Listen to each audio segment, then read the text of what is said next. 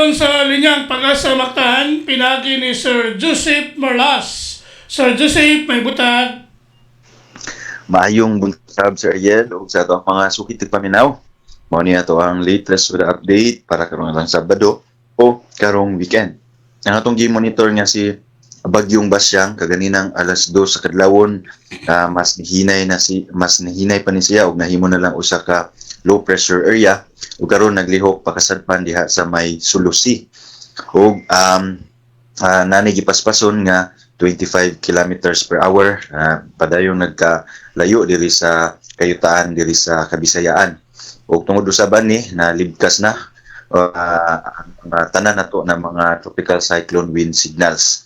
Ug gawas po dani hinoon wala tay gibantayan laing nga posibleng makaapekto na weather system LPA man o bagyo sud sa atong area of responsibility. Mao karong adlawng Sabado na sa adlaw Domingo ug mga adlaw makasanay ta aning improved weather condition, mas hayag na magpakita nato ang haring adlaw ug karong mga oras wala pinakita na mapagulan sa bisan sambahin diri sa Central Visayas. Ug naatay mga pagulan tungod ni sa localized thunderstorms nga sagad masanati sa hapon o sa gabi. Dili gyud ta magkumpiyansa tungod kay humok na or saturated na to ang kuyutan bisan pa og medyo isolated og hinay o dili na nga nakakusugat ang mga pagulan, posible gihapon yung mga rain-induced landslides. Para sa kimtang sa tong hangin ug kadagatan diri sa Central Visayas, aduna tay hinay ngadto sa kasarangan nga hangin nga gikan sa habagatan kasadpan ngadto na sa habagatan silangan ug ato ang kadagatan adunay gagmay ngadto na sa kasarangan nga mga pagbalod, wala ra tay giisa nga gale warnings. Sa Cebu ato ang dagat mo taob ni sa may alas 8 sa buntag o motaog sa may alas 2:22 sa hapon. Ato ang temperatura 24 to 30 degrees Celsius. Atong haring adlaw mo subang ni 6 minutos pasado alas 6 sa buntag. Og manong latest nga diri sa buhatan sa Pag-asa Mactan, Visayas, Duwiste, Joseph Merlas. Paayong buntag. Sir Joseph, Yes sir. wala na tayo gi-kwan nga gil-warning sa lo? Yes, wala po tayo gale warning nga giisa sa bisang sambahin sa Central Visayas sa Ariel. Kanya na ligkas na ato ang mga wind signals. So sa pagkakalaw mga itong balik biyahe na ang atong mga barko? Yes.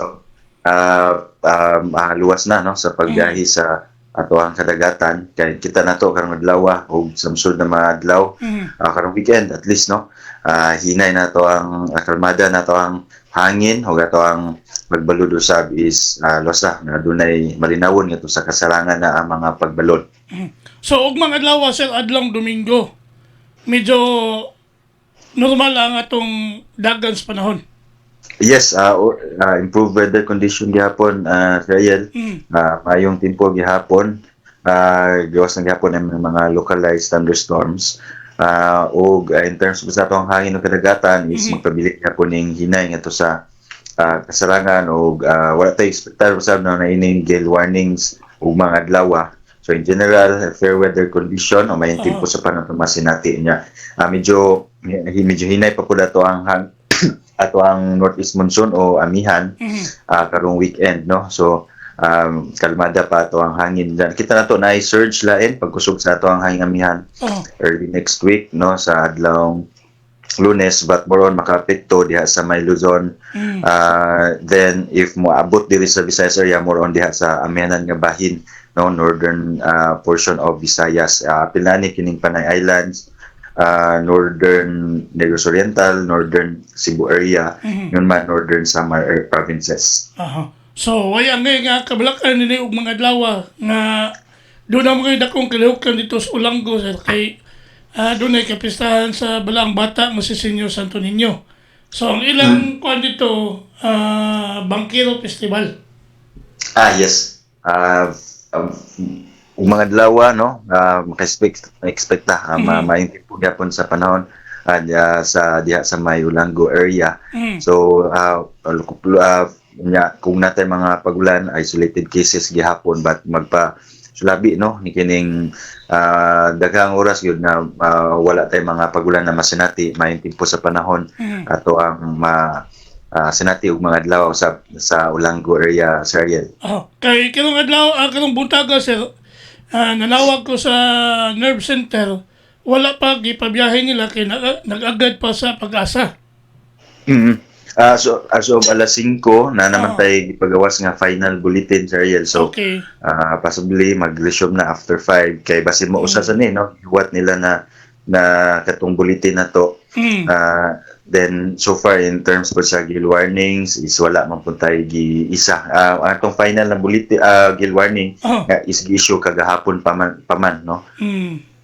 Kay matod pa sa Coast Guard dito sa Olanggo, alas 8 pa ilang biyahe. Sige, sir. Okay, sir. So salamat nimo Sir Joseph sa itong panahon sa mga pamukaw. Wise Spencer, maayong buntag. Okay, good morning.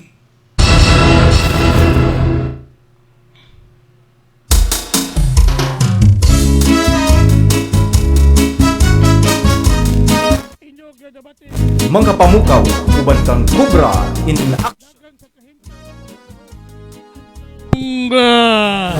Sabado, pizza size bulan sa Pebrero, Pizza City, bulan sa Pebrero tuig 2026.